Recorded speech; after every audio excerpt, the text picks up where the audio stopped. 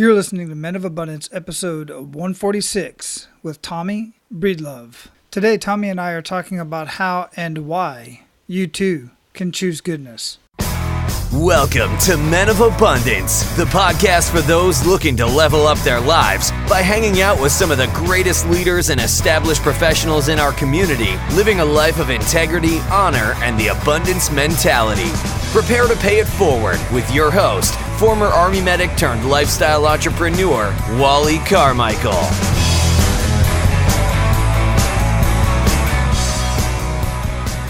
What is going on, Men of Abundance? I am Wally Carmichael, your founder and host of the Men of Abundance podcast, the Pay It Forward community. Today, I'm going to get right into this conversation because I cannot wait to share this conversation with you guys. And I'm telling you right now, this episode could not have come at a better time. I have a perfect life story that just happened just last night of choosing goodness. So there I was, no kidding, true story, laying in bed, and I heard a loud noise outside. Normally, I would think it was maybe one of those utility trucks driving down the street, as they often do, clinking and clattering, making a lot of noise. So I didn't think a whole lot of it. So next thing I know, I see the light come on underneath the door, so I know somebody got up to check what it was. And all of a sudden, I hear a knock on my door, and one of the guests that are staying here at the house, I open up the door, and I'm thinking, oh my goodness, their car got hit because their car is down on the road. Well, what actually happened was they said, somebody hit your truck. And I'm like, how in the hell did somebody hit my truck? It's parked up in the driveway. And you got to see this driveway. I'll post some pictures in the show notes. But my driveway, you got to drive up into the driveway. And my Toyota Tacoma sometimes, you got to really get going to get up in there. And so I go out there and I see a car down at the bottom of the driveway just completely smashed up. It was like an 85 Volvo. And my neighbor is standing out there next to the couple, and it's an older couple. They're all standing down there. And as I start down the stairs, I realize I can't get through the stairs because the handrail was hit and knocked over into the stairs. So I had to climb over the handrail, and I go down, and my first instinct is to see if everybody's okay. And I got to tell you, it looked really bad. That car was completely destroyed. You'll see the picture in the show notes. You got to go check it out. And then I glanced back at my truck, and my truck was moved over. The back of the truck was moved over about 3 feet. And it's a Tacoma. It's got a tow hitch. It's got a tow package on it. So not a whole lot of damage to my truck. Both tail lights are broken. One's cracked. One's loose. The bumper is, beat up a little bit. But, there was a time in my life where I would have freaked the hell out and been like, what the hell was your problem? How did you do this? Just went off completely gone off on the wrong side. And seriously, the very first thing I thought was, I see this man and he's standing there. He's just shaking.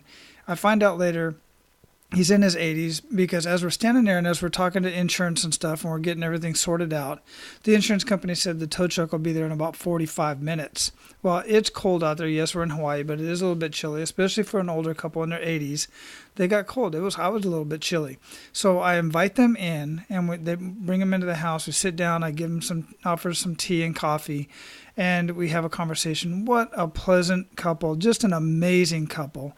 And I won't get too personal on that. That's our conversation. But just know that, when it all comes down to it, I honestly felt worse about his 85 Volvo because he bought it brand spanking new when he used to work. He was a professor, and then he used to work in India for 15 years. When he got back from India, he purchased this car, and he purchased it brand new. He's had it the entire time. He's lived in this community since 1963. Just an amazing couple, and I really felt worse for their car that's irreplaceable at this point. It was completely totaled. But ultimately, this feeds right into our conversation today with Tommy about choosing goodness, because it was a choice, and it was an easy choice for me because, as you'll hear in our conversation, that once you start doing this long enough and you really choose a life of abundance and you choose goodness and you make a practice of it, Just like Tommy said, I'm still a work in progress. He's still a work in progress. But the bottom line is choosing goodness has come so much easier for me because I do it on a daily basis, or I make an attempt to do it, or I'm conscious about my thoughts and my actions before I move forward. And by doing that, it becomes a habit. And then once you go beyond habit, then it's just who you are. Okay, once you do habit, and you have the discipline to make it a habit, once you do habit long enough, it becomes who you are.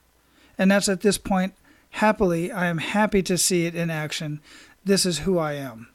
And the truck, it's going to get fixed. The insurance will take care of that. And even if it didn't, ultimately, I got the opportunity to meet an amazing couple, and I hope to see them again. They live down the street from me. I truly hope to see them again and have continue our conversation under different circumstances, of course. I'm not very happy about the circumstances that we met, but you know what? Sometimes we don't make the choices on how we get to meet amazing people in our lives. Hell, I met some amazing people even when I was in Iraq. Some people who I would have otherwise probably not had a conversation with. Now, I have to say this before we get started, before I bring out Tommy. Please make sure that you subscribe on your favorite podcast player and leave a rating and review, because I want to hear the feedback. You can either leave a rating and review, or you can leave some feedback in the show notes at menofabundance.com/146. Share Men of Abundance with everybody that you come in contact with. Do not leave out the ladies. About 30 to 40% of the listeners of Men of Abundance are women. And men, get into our Men of Abundance community on Facebook. You can do that at menofabundance.com/members, or just click on the Members Only tab at the top of any one of the pages at menofabundance.com. And why do I suggest you get into that community? Because like I just said, and just like you hear Tommy say in this conversation, living a life of abundance and choosing goodness is a journey. It's not a destination. And the more you're around men who are living a life of abundance, or at least moving in that direction, and doing the best that we can to choose goodness, the more it's going to rub off on you. And you are, in fact, the average of the 5 people that you spend the most time with. So come spend time with us. Learn to live a life of abundance. Get this mindset deep into your soul, and become the man of abundance that you know you deserve to be. All right, let me introduce you to Tommy real quick. Tommy Breedlove is the founder of Choose Goodness, a company dedicated to helping executives and entrepreneurs focus beyond the financial bottom line. By empowering leaders, Tommy bridges the gap between humanity and profitability. He transforms organizations to attract and retain the best and brightest people, create a loyal customer base, and promote goodwill within their communities. Choose Goodness provides both the rational and emotional perspectives to the strategic and financial decision-making process. Since beginning his career at Deloitte, Tommy has spent 20 years serving companies as a CPA and financial consultant. He still serves as a board of advisor, chair, and/or director for multiple for-profit and civic entities. Men of Abundance, it is my honor to introduce you to Tommy Breedlove. Tommy, welcome to Men of Abundance, brother. How you doing? Doing great, Wally. Thanks for having me. I'm doing it's amazing. Very, very hot October day here in Atlanta. I always ask where you're at in the world, and it's Atlanta. My son actually is at Fort Stewart, Georgia. So, I like Atlanta. I've been to Atlanta a couple times, but I don't know. Yeah, I know it gets super, super hot over there with the humidity and everything. It's extremely unusually hot right now. It's Wow. Getting close to 9 degrees with very high humidity today, which is very odd for an October. Yeah. But it could be worse, right? Yeah, absolutely. My goodness.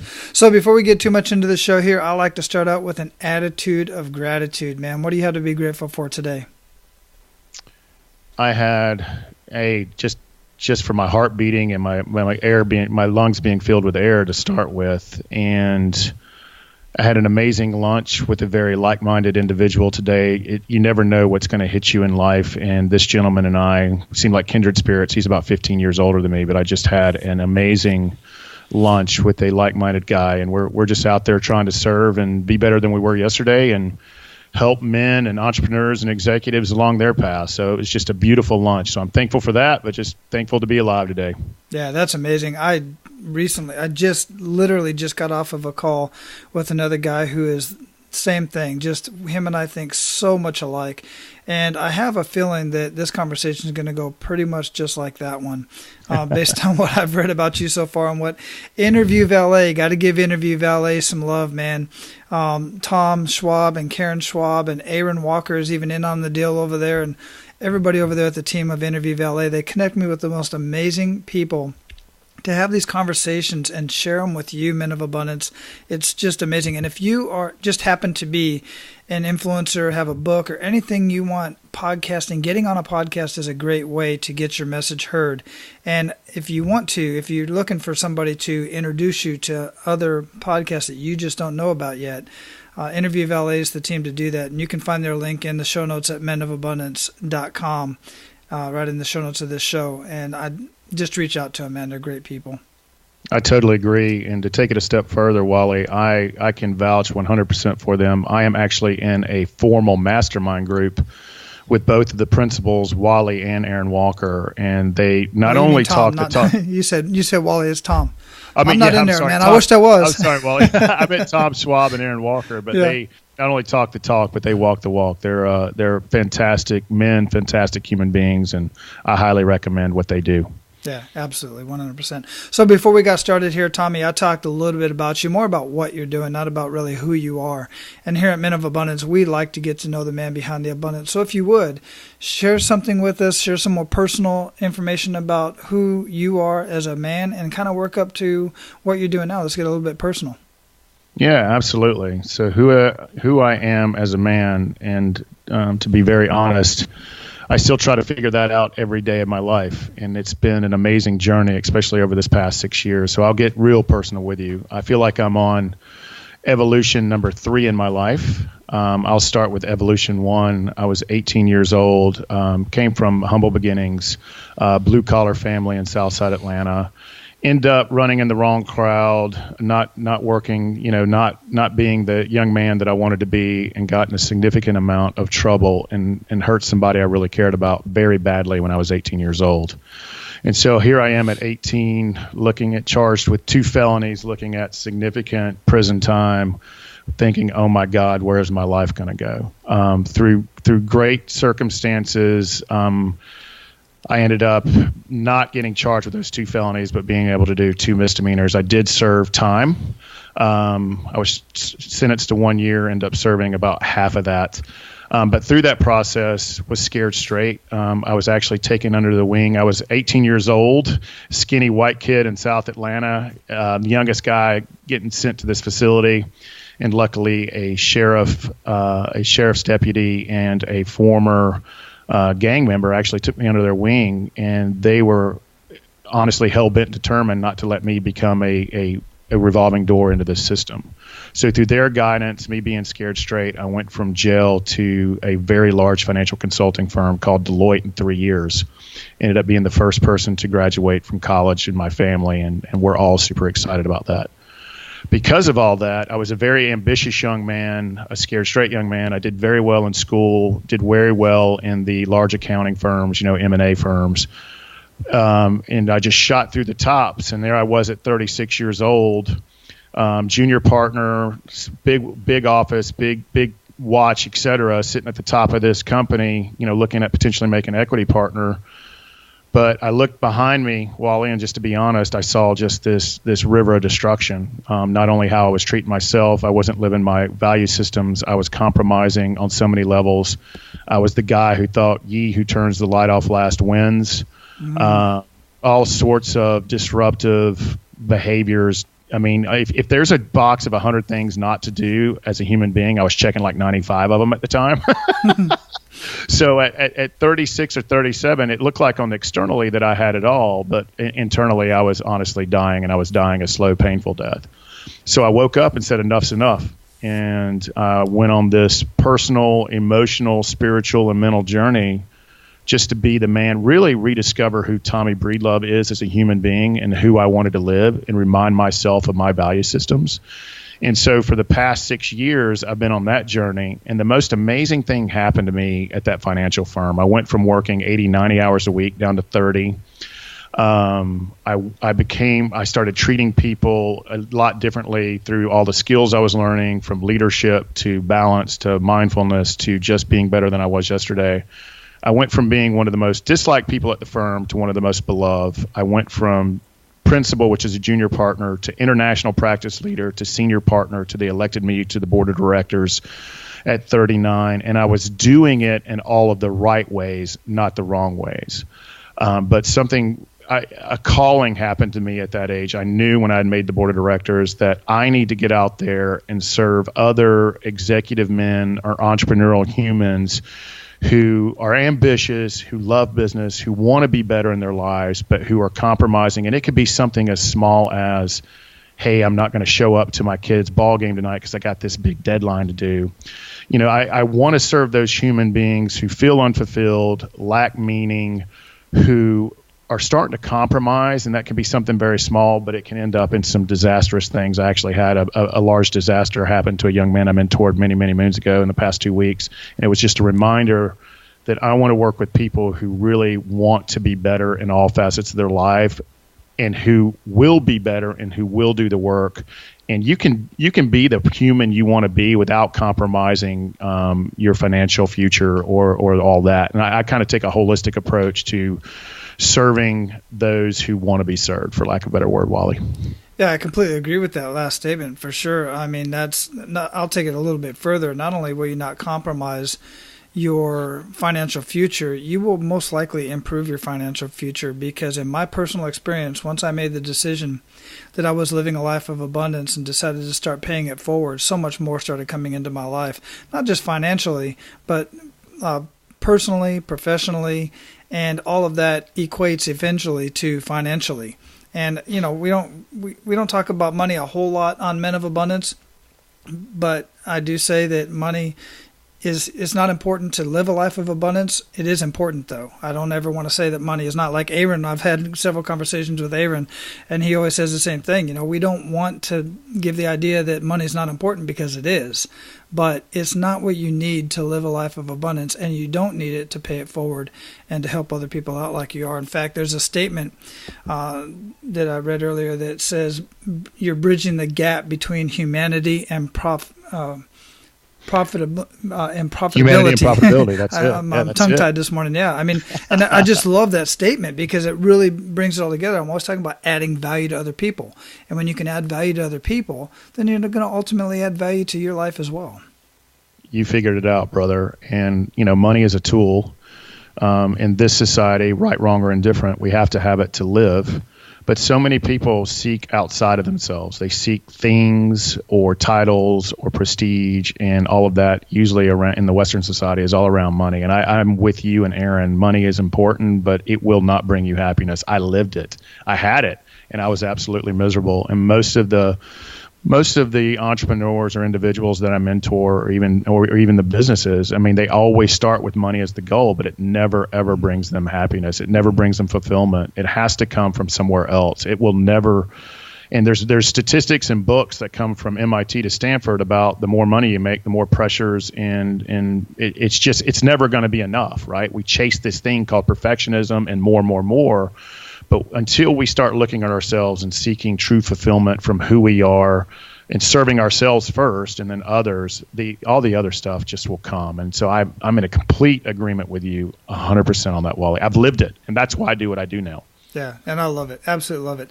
So along the way, you touched on a couple potential kick in the gut moments. I mean, certainly from your childhood, and then you touched on one recently with one of your mentors within the last couple of weeks, or mentees, somebody you mentored within the last couple of weeks, a kick in the gut moment for sure. And we highlight this, we bring up this kick in the gut moment here because it's important for men to realize that while all of our experiences aren't exactly the same, they are similar, and we all get kicked in the gut. I'm talking those ones that just take you to your knees, and you feel you're not going to recover. You can't even gasp your last breath of air, but it all ends up being okay, and what you do with that experience is what makes you the abundant leader that you are or that you want to be. So if you would, share one of those kick in the gut moments and really make us feel that. Yeah, I'll share the one that just happened. So there was a young man that I recruited out of the University of Georgia when I was in the financial world. He came from humble beginnings as well. He was actually from the neighborhood next to mine in South Atlanta. So not many people from that neighborhood. You really have three choices. You usually go to a trade school, military, or jail. And so he and I were two of the ones that were able to get out of that and really, further our education and become something different. And we were pushed, fortunately, by our family. So I was really attached to him and was a mentor to him for about 4 or 5 years as he worked in a firm. And he eventually left and went to some other firms. But we kept in touch over the years, but we had lost touch over the past 3 years. And I had just gotten home from a business trip recently, and my phone was just blowing up, texting calls from people I haven't talked to in a long, long time. And I knew I was having this, oh my God moment. I don't even know if I want to answer this. And the first person I called was just bawling. And she said that Stephen, and this gentleman is 33 years old. He had just made senior manager at one of the largest firms here in Atlanta. So financially, he was doing good. He had a 1-year-old and a 3-year-old, and he decided to call his wife and shoot himself while he was on the voicemail with his wife, and he took his own life. And so it was just, even right now I'm getting a little emotional thinking about it, but he didn't have to do that.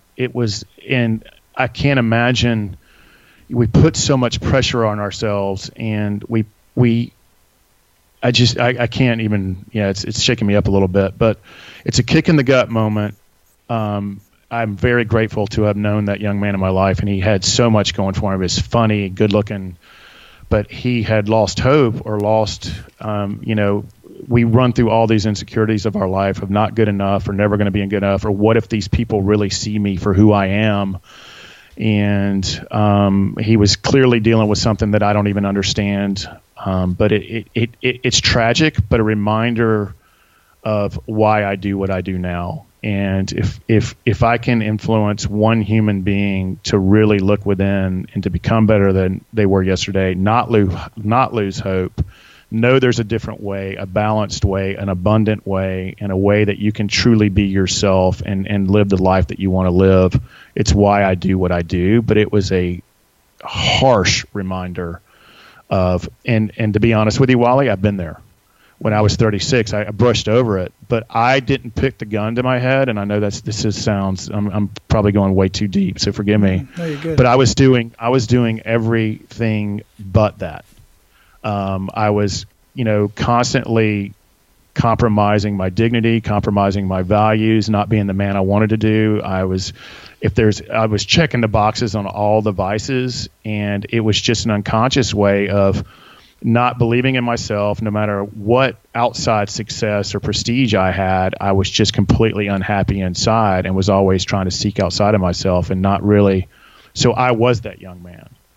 And I can't tell you how many people who look successful on the outside, it starts small, compromising their happiness and their value systems, and it can lead to a severe thing like this, and it doesn't have to be that way. So it was a severe kick in the gut within the last 2 weeks. Yeah, listen, guys.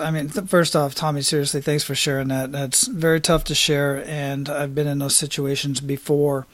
I don't know if I've ever talked about this on the show before, but my grandfather committed suicide. He had a hunting accident, had gangrene. That's the story that I know because I didn't meet him. And ended up taking his life because of the pain. He couldn't handle the pain and what it was doing to his family as well. And then his son, my uncle, my mom's brother, he committed suicide as well. His situation was he was in the 101st Airborne Division during Vietnam and served multiple back-to-back missions for other people who had families. He would volunteer to take their missions.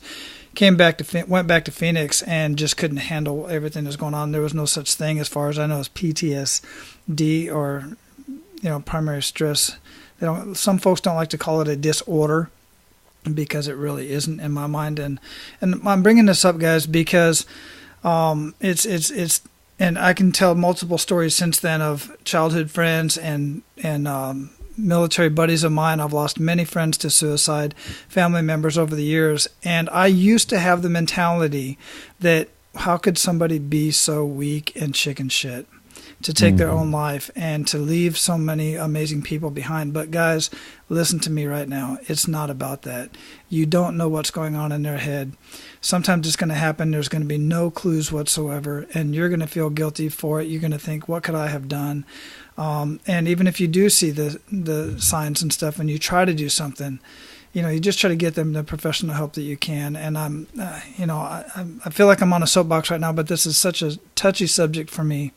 And I hear the comments out there sometimes, and you just can't be further from the truth. You just don't know what's going on in their head. And it is an illness.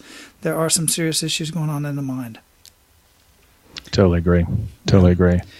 All right, so let's pick this up a little bit, brother. I mean, yeah, sorry about that, man. No, it's an important conversation to have, and it touches me so closely. But we're going to lift this up a little bit. I would love to hear some good news stories from what it is that you're doing with the guys that you're working with. Absolutely. And so now my primary focus first is going to be public speaking.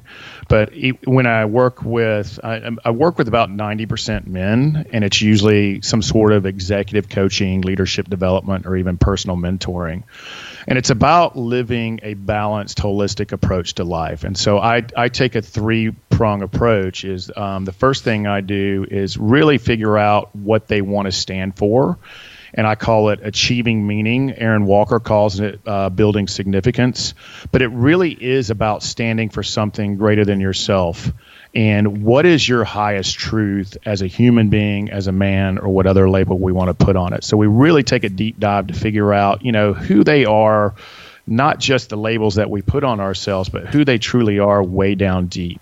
And then once we figure out what they want to stand for, what legacy they want to leave, or what a meaning they want to achieve, we basically reverse engineer that, and we go even further into that as what are their God-given talents, what were they put here on this earth to do, really get them concentrating on that at their highest value systems, and build systems, tools, strategies, lives, accountability, and tactics to do those things, surround themselves with tools and people to help them accomplish that, whether professionally or personally. And then ultimately, and you said it best, Wally, and I'm not a fan of talking about money either, because I think it's the result of doing the right things, and I also think it's a tool.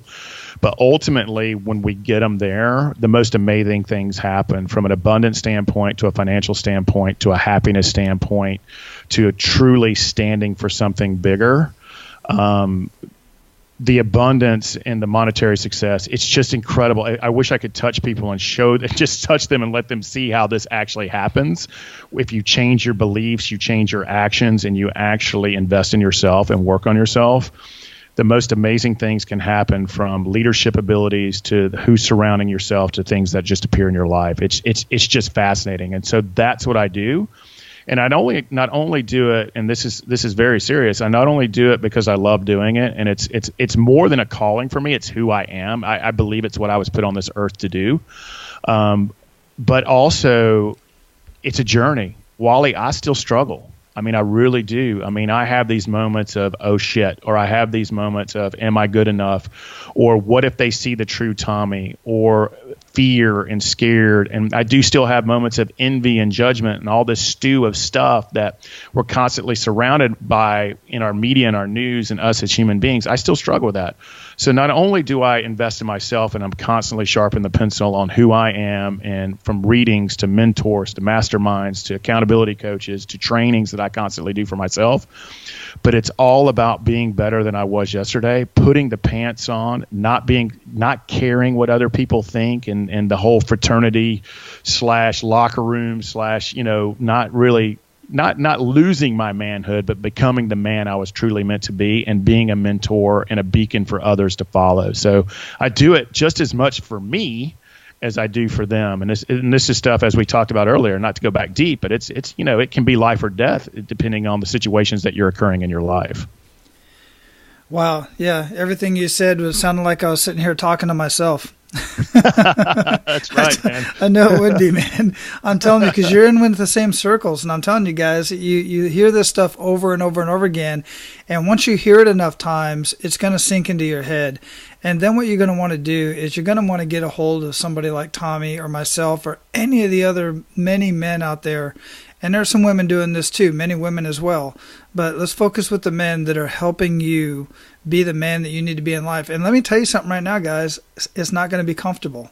It's going to be extremely uncomfortable. They're going to ask you uncomfortable questions. I know Aaron does. I know you would. I know Scott Beebe. These guys are going to ask you some very uncomfortable questions, just like I will.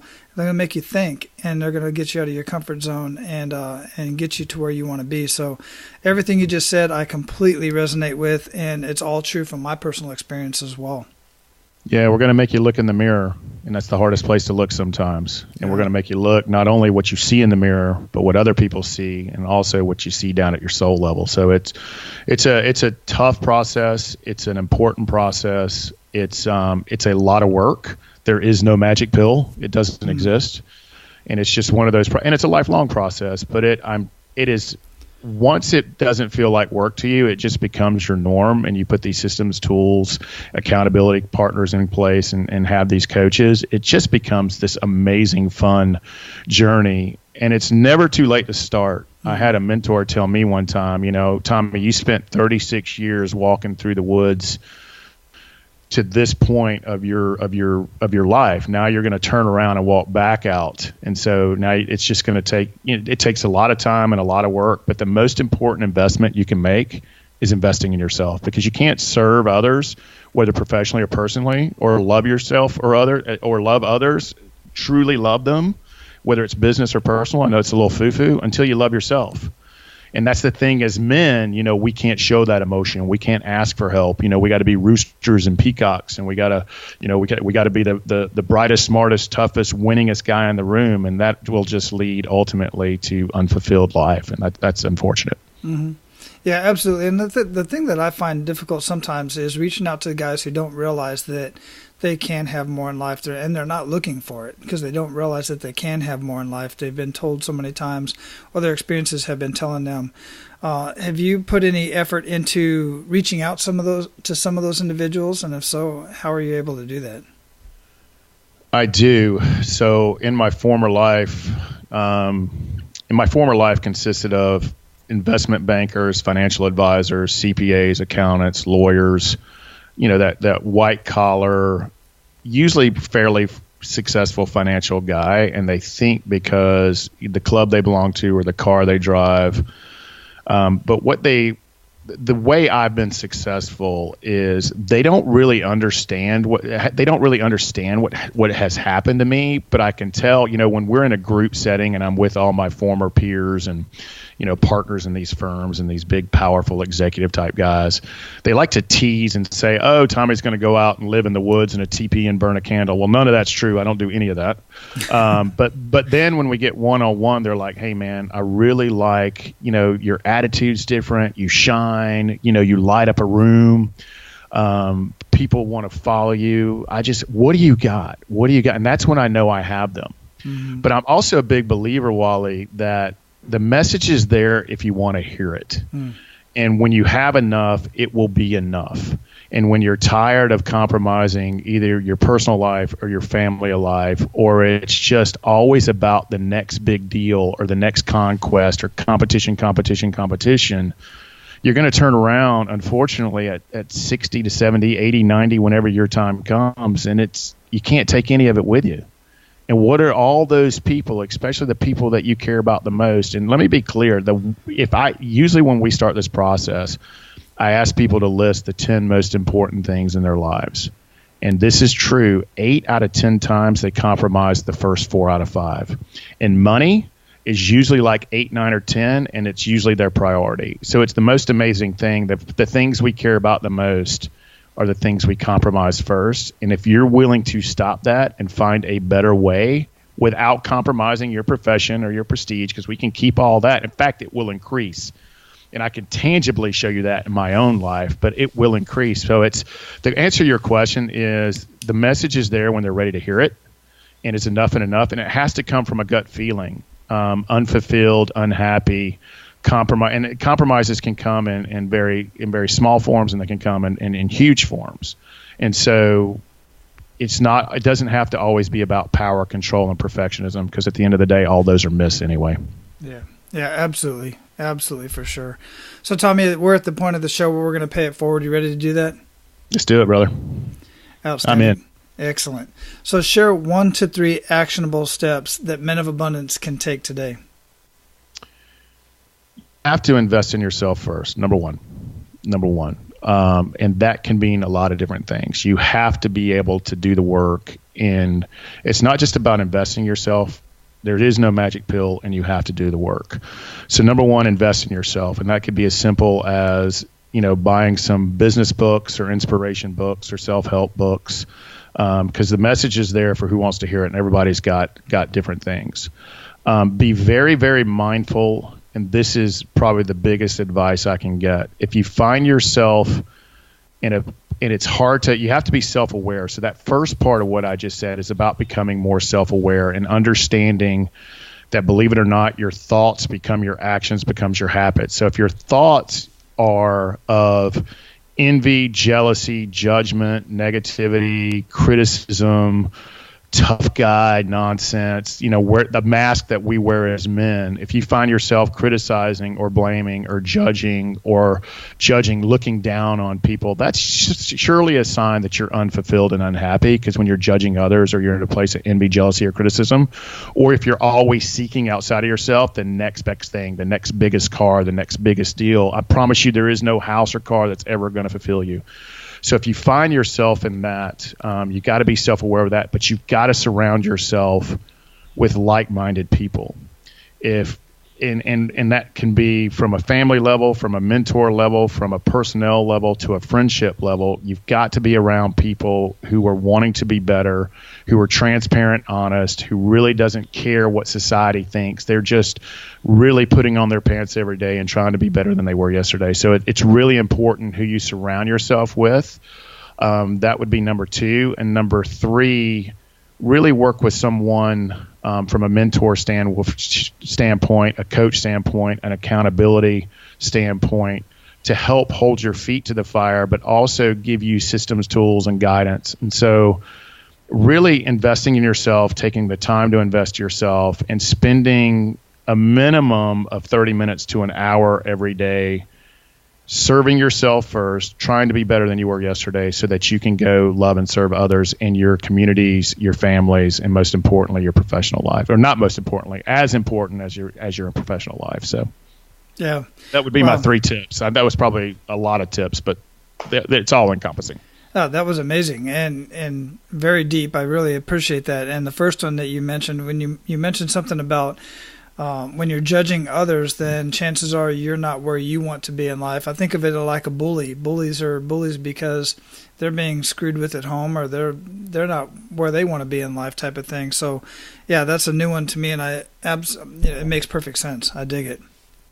Yeah, ego, bullying, better than, look at me, vanity. Those are all major forms of insecurity, believe it or not. Mm-hmm. Self-aware humans and the true business professional and people who do this for a living see right through that stuff. All day long. All day long. Yeah. So what daily habits make up the biggest impact in your life, Tommy?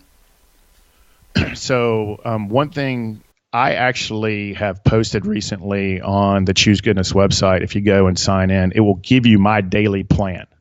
And it's how I live my life. But some of the daily habits that I do every single day is I spend an hour working on myself. So that looks in various forms. I exercise, I meditate, and meditate means a lot of different things. For me, it's exercising my brain. It's getting quiet. It's about becoming balanced and getting clear so that I can be present in every single moment of the day, so I don't have to really think about the past or plan for the future or live or fear or regret. It's just about being right here, right now, for the people I serve and for myself. So I meditate, I work out, and every day I have a series of readings I do at any given time. I'm a constant reader. I have 3 books going, and usually it's a biography of somebody that I aspire to be.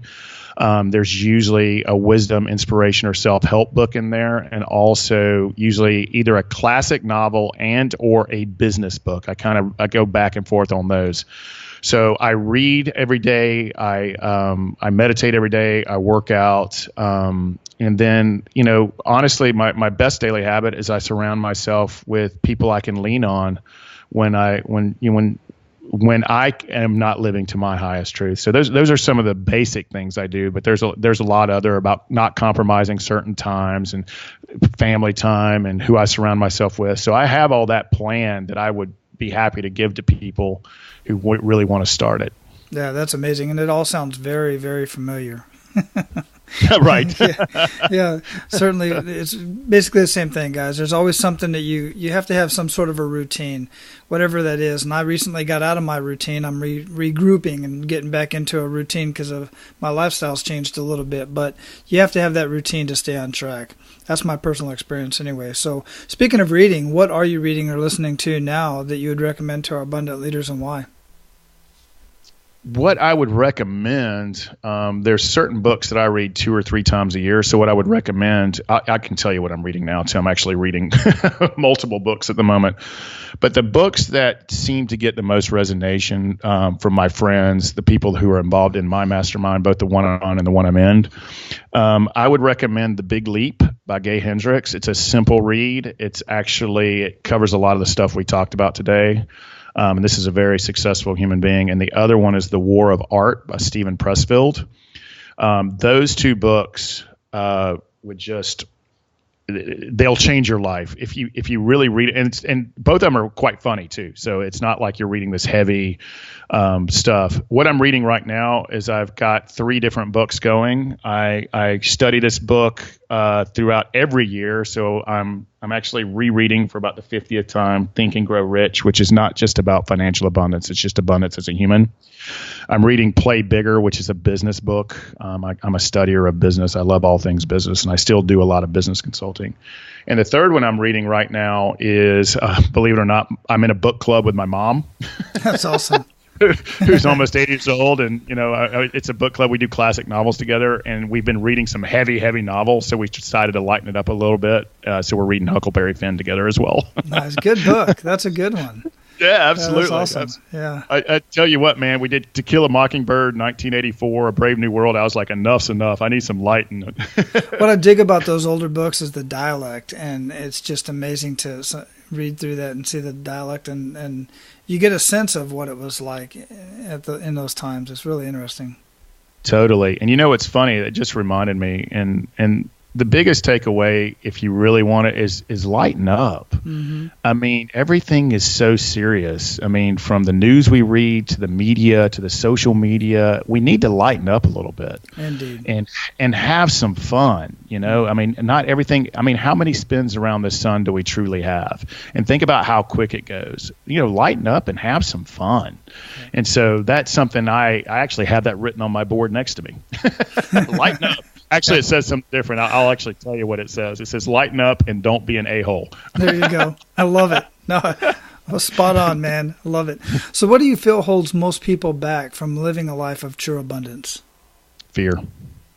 Caring about fear. If the emperor has no clothes, if people saw who I truly am I good enough?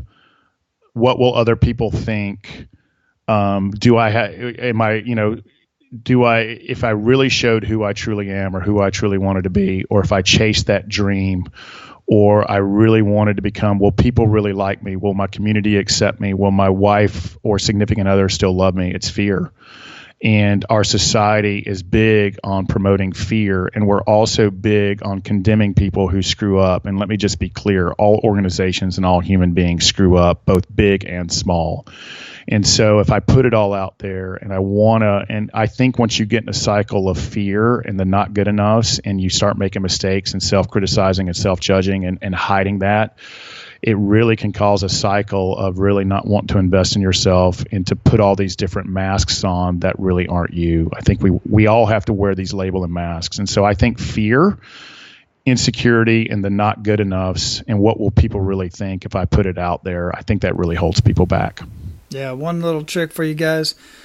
Everybody you think is thinking something or other about you, good or bad, chances are they're not thinking about you at all, man. They got their own stuff to think about. Indeed. Totally. Absolutely. And we all got our own demons, gatekeepers, clouds, mistakes, tragedies, triumphs. And one thing I'll be willing to share, and I'm not kidding on this, over 43-year lifetime, if there's 100 things not to do, I've checked off 90-something of them. So know that you're not alone, and know there is a way out and there is hope. And I really mean that from the bottom of my heart, and from all levels of personal and professional development. I've lived it. I'm not a psychologist. I'm a former big business guy who just is wanting to be the best human he can be now. And how do we blend those two things together? Wonderful. Absolutely wonderful. So what does living a life of abundance mean to you, Tommy? It means living my truth. It means not being afraid to be the man I want to be, to live in the present moment. And what I mean by living in the present moment is wherever I'm at, to be with that person, that company, or that other human being, or even with myself. That means not being afraid of the future or worrying about the future or constantly planning for the future, nor thinking about or regretting the past. It's about happiness. It's about living my highest truth to the best of I can. And it's about courage. It's about courage to put it out there, to do the work, to quit caring about what everybody else thinks and the fear-based mentality, live with abundance, not scarcity, and be courageous and take action in your life to be better than you were yesterday. Very awesome. Very awesome. So we're going to close this up, man. And before we do, I'm definitely going to have choosegoodnessnow.com linked up in the show notes. But what did we not talk about in our conversation today that you want to make sure that Men of Abundance gets from this? I think we've covered a lot. I don't think there's anything we didn't talk about. There is something that I enjoy. It's a very, very quick story, Wally, and I'll share it with you. Some of the best wisdom that ever came. I'm a big outdoor guy. I love to hike. I love to raft. I love just being outside in the fresh air. It helps me balance. But I was on this pretty extreme whitewater rafting trip one time, and the guide looked at me square in the eye and goes, "You have to participate in your own rescue." And what he meant is when you're going through a class 5, turn around, look for the rope, scream, go for the shore if you can. But we can do all we can, but until you participate in your own rescue, you've got to save yourself. And so that has been a lifelong lesson for me, is that you must participate in your own rescue. There's no one that's going to come save you. You got to do the work. You got to be willing to invest in yourself. And I promise you there is hope at the end of the tunnel. It's a lot of work, but you can do it. So participate in your own rescue. It's the wisdom of all ages that came from a rafting guide up in West Virginia. That's awesome. Outstanding. All right, man. I greatly appreciate the wisdom. You're right. We did cover a lot of ground in this conversation today. I appreciate that. I dig what you're doing, man. I appreciate it. And I know you're going to just change so many lives, families, and communities by what you do, and I appreciate it. Wally, thank you so much, brother, and be well, my friend. Aloha. All right, guys, I had an amazing time having that conversation with Tommy, and I'm glad I was able to share it with you. I hope you got as much out of it that I did, because I did get a lot out of that conversation, and Tommy and I talked a little bit afterwards as well, and he helped shed some more light on some other things that I greatly appreciate that, Tommy. And, guys, I want to close out the little story that I shared at the very beginning of this episode, and how in the world did this gentleman end up plowing his Volvo into the back of my Toyota pickup truck. Basically, every other week, he and his wife go to the next door neighbors over here, and they drop their recycle in the recycle bin. So he pulled into my driveway to turn around to head back down to the other house, when evidently his foot got stuck under one of the pedals or something, and it just floored the gas pedal, ultimately propelling his car up into my driveway and into the back of the truck. And luckily, they were not injured. He was very shooken up, as I said, but everybody was okay, and I met some cool new people. And as you connect with me on social media, in the community, or even leaving a review on iTunes, whatever, I would love to hear your story of choosing goodness and living a life of abundance. Now, go out and live your life of abundance, and make sure to pay it forward. That's all for today, Abundance Leaders. For more about our guests and the powerful information we shared with you today, be sure to sign up for our mailing list at menofabundance.com. We appreciate your time and look forward to hanging out with you on our next episode. So until then, be sure to pay it forward and live your life of abundance.